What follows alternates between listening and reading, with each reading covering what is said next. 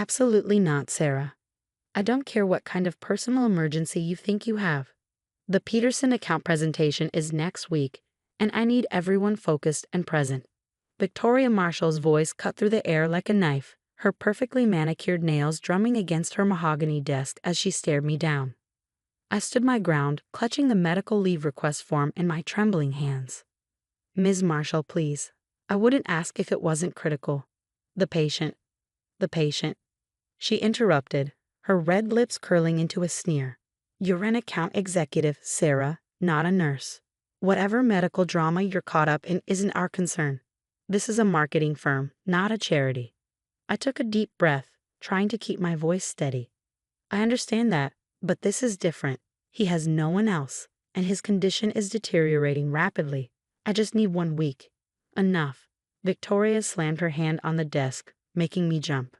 I've heard enough of your excuses. You've been distracted for weeks, taking long lunches, leaving early. Now you want a whole week off right before our biggest presentation of the year. The answer is no. I felt my chest tighten. Victoria had always been harsh, but this was different. This was cruel. Ms. Marshall, I've never taken a sick day in 3 years. I've worked every holiday, every weekend you've asked. I'm just asking for this one. 1 week that could cost us millions, she cut in, standing up to her full height. At 5'10" in her designer heels, she towered over me. Do you have any idea what the Peterson account means to this firm? Of course you don't. You're too wrapped up in your little humanitarian project to see the bigger picture. The way she said humanitarian project made it sound like a dirty word. I thought about the man lying in a hospital bed across town, his kind eyes and gentle smile despite the pain he was in. He didn't deserve to die alone just because Victoria Marshall couldn't see past her quarterly projections. I'm taking a week, I said quietly but firmly. I'll work remotely nights, weekends, whatever it takes. But I need to be there for him. Victoria's eyes narrowed dangerously. Are you defying me, Sarah? I'm doing what's right. She laughed, a cold, harsh sound that echoed through her corner office. What's right? Let me tell you what's right. What's right is doing your job. What's right is being a team player. What's right is understanding that in this business, we don't have the luxury of playing Mother Teresa. I stood there, my heart pounding but my resolve unshaken. I understand if you need to write me up or dock my pay, but I'm taking a week. Victoria walked around her desk slowly, like a predator circling its prey. Oh, I'll do better than that. She picked up my leave request form and tore it in half, then quarters, letting the pieces flutter to the floor. You're fired. The words hit me like a physical blow, but I refused to let her see me flinch. You're firing me for requesting medical leave. I'm firing you for insubordination, poor performance, and failure to prioritize company interests. She smiled, the expression never reaching her eyes. Enjoy unemployment, Sarah. I'm sure your patient will appreciate your sacrifice. I should have felt devastated. 3 years of my life, countless 60-hour weeks, all the missed family events and canceled vacations, all gone in an instant. But standing there in Victoria's office, watching her smug satisfaction, I felt something else entirely, relief. Thank you for making this decision easier, I said, turning to leave. Oh, and Sarah, Victoria called after me. Don't bother asking for a reference. As far as I'm concerned, you never worked here. I walked out of her office with my head held high, ignoring the curious stares of my soon-to-be ex-coworkers. My hands were steady as I packed up my desk, carefully placing my photos and personal items into a cardboard box. Jenny from accounting hurried over, her face full of concern. Sarah, what happened? I heard raised voices. Victoria fired me, I said simply, wrapping my favorite coffee mug in newspaper. What? She can't do that. Not over medical leave. I smiled at Jenny's outrage. She can, and she did. But it's okay, really. And surprisingly, it was. As I walked out of the glass and steel building that had been my professional home for the past 3 years, I felt lighter than I had in months. My career might be in shambles, but I knew I was doing the right thing. The hospital was a 20-minute drive from the office. As I navigated through mid-A traffic, I thought about how I'd ended up here. It had started. Thomas Edwards didn't look like a man worth millions. In his faded hospital gown, with his silver hair thinning and his face gaunt from chemotherapy, he looked like any other patient. But it was his eyes that caught my attention, bright, alert, and filled with a kindness that seemed to defy his circumstances. "The Great Gatsby again," he'd said when I walked in with the book. "Don't you think that's a bit on the nose for a cancer ward?" I laughed, surprised by his humor. "Would you prefer something more upbeat?" I have the bell jar in my back. That had made him laugh too, a warm, genuine sound that seemed to brighten the sterile hospital room. We'd spent the next hour talking about literature, life, and everything in between. By the time I left, I knew I'd met someone special. Over the next few weeks, I found myself visiting Thomas more frequently. He told me about his life, how he built his investment firm from nothing, how he'd lost his wife to cancer 15 years ago, how his children were scattered across the globe, too busy with their own lives to visit their dying father. "It's my own fault," he'd said without bitterness. "I spent so many years building my empire, I forgot to build relationships. Now look at me, all the money in the world, and not a soul to share it with." But that wasn't entirely true anymore. Because he had me. I pulled into the hospital parking lot, grabbing my box of belongings from the passenger seat. As I walked through the familiar corridors toward Thomas's room, I thought about Victoria's words, "Enjoy unemployment." She had no idea that some things were worth more than a steady paycheck or a corner office. Thomas was awake when I walked in, his face lighting up despite the obvious pain he was in. "Sarah, what are you doing here so early? Don't you have work?" I set my box down and pulled up my usual chair beside his bed. "Change of plans. Looks like I'll be able to spend more time here after all." He studied my face carefully, his keen intelligence not dulled by illness or medication. "What happened?" "I got fired," I said simply. "My boss didn't appreciate me requesting medical leave to be here with you." "Sarah," his voice was filled with concern. "You shouldn't have done that. Not for me. I'm not worth—" "Don't," I interrupted gently. "Don't say you're not worth it. Every human being deserves to have someone by their side during times like this. Besides," I added with a smile, "that job was slowly killing my soul anyway." He chuckled weakly. "Well, when you put it that way," his expression turned serious. "But what will you do now?" I shrugged, trying to appear more confident than I felt. "I'll figure something out. Right now, let's focus on getting your pain levels under control. The nurse mentioned you refused your morning medication." Thomas looked sheepish. "It makes me too groggy. I hate not being able to think clearly. And I hate seeing you in pain," I countered, reaching for the call button. "Let's compromise. Take the medication, and I'll read to you until you fall asleep." I brought a new book. He raised an eyebrow. "Please tell me it's not the bell jar." We both laughed, and for a moment, the weight of everything, my lost job, his illness, the uncertainty of the future, seemed to lift. The nurse came in with Thomas's medication, and I settled in to read, pulling out a worn copy of To Kill a Mockingbird. As I read, watching Thomas slowly relax as the pain medication took effect, I thought about how sometimes the biggest sacrifices lead us exactly where we're meant to be. Victoria Marshall thought she was punishing me, but in reality, she'd given me something priceless, the freedom to be exactly where I needed to be, doing exactly what I needed to do. Little did I know, this was just the beginning of a story that would change both our lives forever. The next few days fell into a rhythm. I'd arrive at the hospital early in the morning, armed with books, crossword puzzles, and an endless supply of terrible jokes that somehow always made Thomas smile. We'd talk for hours about his business empire, my dreams of starting my own marketing consultancy, the books we loved, the lives we lived. Between monitoring his medication schedule and coordinating with his medical team, I learned more about Thomas Edwards the man, not just Thomas Edwards the patient. I learned about his first business venture, a failed computer repair shop in the 1980s that taught him more about resilience than any success ever could.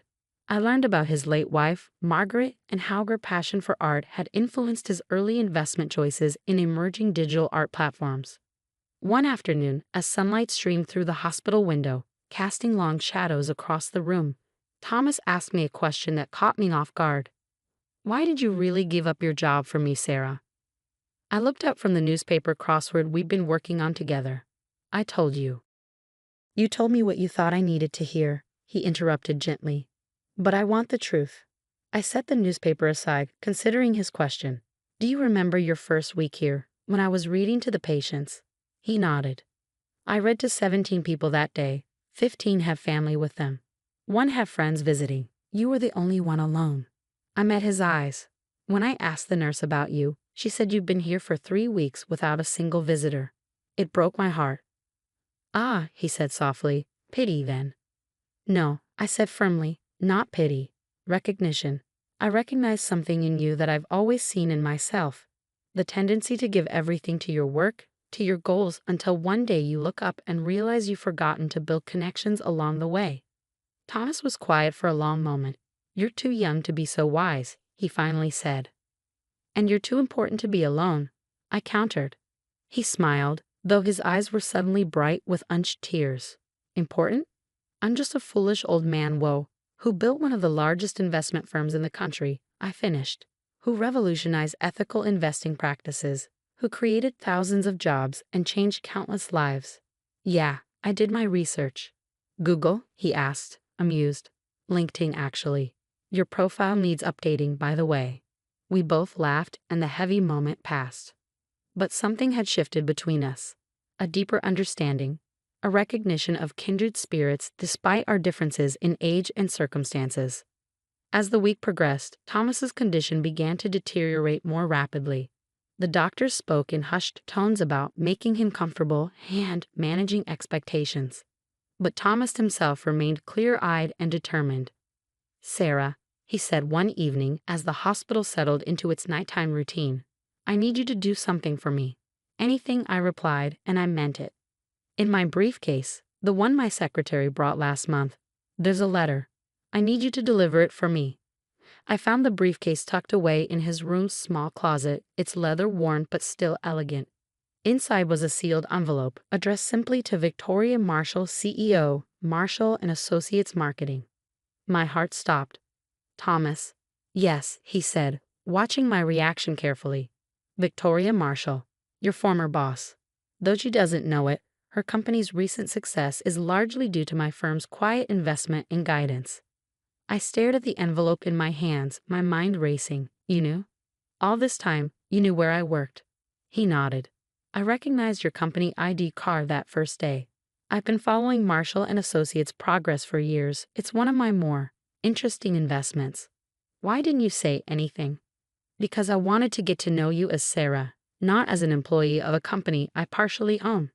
He shifted in his bed, wincing slightly. And I'm glad I did. It showed me exactly who you are, someone who would give up everything to help a stranger, even when it costs you dearly. I sat down heavily in my chair, the envelope feeling suddenly heavy in my hands. What's in the letter? The truth, he said simply. About investment strategies, about company direction, about leadership. He paused, his expression hardening slightly. About how true success isn't measured in quarterly profits or market share, but in how we treat people. I looked at the envelope, then back at Thomas. When do you want me to deliver it? Tomorrow, he said. I think it's time Victoria Marshall learned a few things about the real costs of success. As I left the hospital that night, the letter safely tucked in my bag, I couldn't help but wonder what tomorrow would bring. Victoria Marshall had tried to break me, thinking she held all the power. But sometimes, life has a way of evening the score, not through revenge or malice, but through simple truth and justice. Little did Victoria know, her world was about to change forever, and I had a front row seat to watch it happen. The next morning, I stood in front of Marshall & Associates' gleaming office building, Thomas's letter clutched in my hand. The same security guard who had wished me good morning every day for 3 years now looked at me apologetically. I'm sorry, Ms. Collins, but you're not on the approved visitor list anymore. Ms. Marshall's orders. I smiled, pulling out my phone. Could you please call up to Victoria's office? Tell her I have a letter from Thomas Edwards. The guard's eyes widened slightly at the name. Clearly, he recognized it. After a brief call, he handed me a visitor's badge, his expression puzzled. Ms. Marshall will see you immediately. The elevator ride to the 20th floor felt surreal. Just a week ago, I'd been rushing up here, juggling presentation materials and coffee, desperately trying to balance my work life with my volunteer commitments. Now I was calmer than I'd ever been, knowing that what happened next would change everything. Victoria's assistant jumped up when I stepped out of the elevator. Ms. Marshall is waiting for you, she said, hurrying to open the office door. I noticed she couldn't quite meet my eyes. Word of my firing had clearly spread. Victoria sat behind her desk, her posture rigid, her expression carefully neutral. "Sarah," she said coolly, "I assume this isn't a misguided attempt to get your job back." I placed Thomas's letter on her desk. "No, Victoria, this is a delivery from Thomas Edwards." She stared at the envelope, her perfectly manicured hand hovering over it. "Thomas Edwards, the investor." "The same." I sat down without being invited, enjoying the flash of annoyance that crossed her face. "He asked me to deliver this personally." Victoria's eyes narrowed as she picked up the envelope. "How do you know Thomas Edwards?" "He's my patient," I said simply. "The one you fired me for helping." The color drained from Victoria's face as the implications hit her. Her hands trembled slightly as she opened the letter, her eyes scanning the contents rapidly. I watched as her expression shifted from disbelief to horror to something close to panic. This can't be right," she whispered, more to herself than to me. "What's wrong, Victoria? Not the letter you were expecting." She looked up at me, her usual composure completely shattered. "He's pulling his investment. All of it, effective immediately." She shuffled through the papers frantically. "This would ruin us. The Peterson account, the new office expansion, everything. It's all backed by his firm." "I know," I said quietly. "You know." Her voice rose sharply. "You knew about this and you didn't say anything. When exactly should I have mentioned it? While you were firing me, or while you were threatening to blacklist me from the industry?" Victoria stood up abruptly, starting to pace behind her desk. "We have to fix this. You have to help me fix this. Talk to him, explain that it was all a misunderstanding." "A misunderstanding?" I interrupted, my voice hardening. "You fired me for trying to help a dying man. You mocked my compassion and treated basic human decency like a character flaw. That wasn't a misunderstanding, Victoria.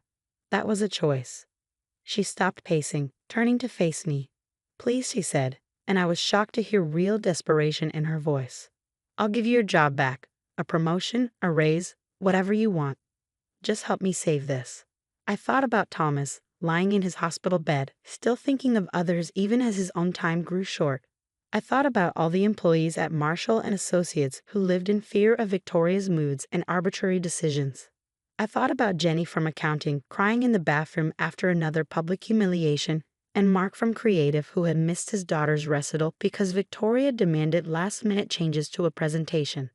"I don't want my job back," I said finally, "but I will tell you what Thomas told me to say when you made this offer." She leaned forward eagerly. "Yes." "He says you have a choice. You can keep his investment, keep your position, keep everything, but only if you agree to some changes." "What changes?" I pulled out another envelope, this one containing the document Thomas had drafted late last night. "Complete restructuring of the company's management style. Implementation of proper work-life balance policies, fair medical leave, regular employee satisfaction surveys with real consequences for poor leadership. Oh, and," I paused, enjoying the moment, "I'll be overseeing the changes as the new director of employee relations." Victoria's jaw dropped. "You're joking." "Thomas Edwards doesn't joke about business," I said. "You have until the end of the day to decide. Accept these terms or watch everything you've built crumble." She sank into her chair, all pretense of superiority gone. "He's really dying, isn't he?" "Yes," I said softly. "He is, and his last act in business will either be saving this company from its toxic culture or making an example of it. The choice is yours." Victoria stared at the documents for a long moment. Finally, she looked up at me, and for the first time, I saw something like respect in her eyes. "You planned this, didn't you? Getting close to him, telling him about the company?" I shook my head. "No, Victoria. I just showed kindness to someone who needed it. Everything else," I gestured to the letters on her desk, "this was all Thomas. He's been watching this company for years, waiting to see if you'd grow into the kind of leader he could trust. Last week, you showed him exactly who you are." The silence that followed was heavy with understanding. Victoria picked up a pen, her hand only slightly shaking as she signed the documents. "I assume you'll want your own office." "Corner office," I corrected, "with a view. And I start next week." When I left Victoria's office, the whole floor was eerily quiet. Word would spread soon enough about what had happened, but for now, I savored the peace. I had one more stop to make. Thomas was sleeping when I returned to the hospital, his breathing shallow but steady. I sat in my usual chair, taking his frail hand in mine. "It's done," I said softly. She signed everything. His eyes fluttered open, and a small smile crossed his face. Never doubted she would. Victoria Marshall isn't stupid. Ruthless, maybe, but not stupid. "Thank you," I said, squeezing his hand gently. "For everything." He shook his head slightly. "No, Sarah. Thank you. You showed me that even at the end, it's possible to make a difference, to leave things better than we found them." Over the next few days, I split my time between the hospital and the office, setting up the new policies that would transform Marshall and Associates. Victoria, to her credit, threw herself into the changes with the same intensity she'd once used to terrorize her employees. Maybe she was just protecting her investment, or maybe something had genuinely shifted in her understanding of leadership. Thomas held on long enough to see the first employee satisfaction survey results, smiling weakly as I read him the overwhelmingly positive responses. "See," he whispered. "Sometimes the best investments are in people." He passed away peacefully 3 days later, holding my hand as I read to him from The Great Gatsby, his final joke about inappropriate book choices for a hospital ward. At his memorial service, I was surprised by the number of people who attended. Not just business associates and employees, but people whose lives he had touched in quiet ways. Scholarship recipients, small business owners he'd mentored, charity workers he'd supported anonymously. Victoria was there too, standing quietly at the back, looking thoughtful. A month later, I sat in my new corner office, reviewing applications for our expanded employee assistance program. Jenny from accounting poked her head in, grinning. "You'll never believe what just happened," she said. "Victoria approved all the flexible working requests. All of them," and she smiled while doing it. I laughed, glancing at the photo of Thomas I kept on my desk. "People can surprise you sometimes," I said, "especially when someone shows them a better way." As I looked out over the city skyline, I thought about how life has a way of coming full circle. Victoria had fired me for showing compassion, thinking it was a weakness. Instead, that same compassion had led me to Thomas, who showed us all that true strength lies in how we treat others. The company culture at Marshall and Associates was transforming, slowly but surely. Victoria was learning to balance ambition with empathy, and employees were finally feeling valued and heard. It wasn't perfect. Change never is, but it was progress. Every morning, as I walked into the building, I remembered Thomas's words. Sometimes the best investments are in people. He had invested in me when I was just a volunteer reader, seeing something worth nurturing. Now I was investing in others, creating the kind of workplace where kindness wasn't seen as weakness, and where success was measured not just in profits, but in the lives we touched. Victoria still had her moments of old habits creeping back, but now there was a system in place to check her worst impulses. More importantly, she was beginning to see the benefits of a happier, more loyal workforce. Productivity was up, turnover was down, and our reputation in the industry was soaring. 1 year to the day after Thomas's passing, I received a package from his lawyers. Inside was a letter, written in his familiar shaky handwriting during his final days. "Dear Sarah, if you're reading this, a year has passed since our paths crossed. I hope by now you've seen the fruits of our little experiment in corporate transformation. But more than that, I hope you've realized something about yourself. You see, when you walked into my hospital room that first day, I didn't just see someone with a kind heart. I saw a leader, someone who understood that true power comes not from authority, but from empathy, someone who could change not just one company, but potentially an entire industry's approach to human capital. That's why I've left you something else. Voting shares in my investment firm. Use them wisely. Look for other companies like Marshall and Associates, businesses with potential held back by toxic leadership. Change them too. You once told me that you gave up your job because you recognized something in me. Well, I recognize something in you too, the future of ethical business leadership. Make me proud. With gratitude and faith, Thomas." I sat in my office for a long time after reading that letter, watching the sun set over the city. In my inbox were dozens of emails from other companies asking about our transformation, wanting to know our secret. On my desk were reports showing record profits alongside unprecedented employee satisfaction scores. Victoria knocked on my door, holding 2 cups of coffee, a peace offering that had become our weekly tradition. Good news, she said, handing me a cup. The Peterson account just renewed their contract. They said it's because of our new corporate culture initiatives. I smiled, thinking of that day a year ago when she fired me over this same account. Funny how things work out, isn't it? She nodded, looking thoughtful. You know, I never thanked you properly for what you and Thomas did. You could have destroyed this company, but instead you saved it. Saved me too, if I'm being honest. Thank Thomas, I said softly. He believed in the power of second chances. And third and fourth, Victoria added with a wry smile. I should know. As she left my office, I looked again at Thomas's letter. Make me proud, he'd written.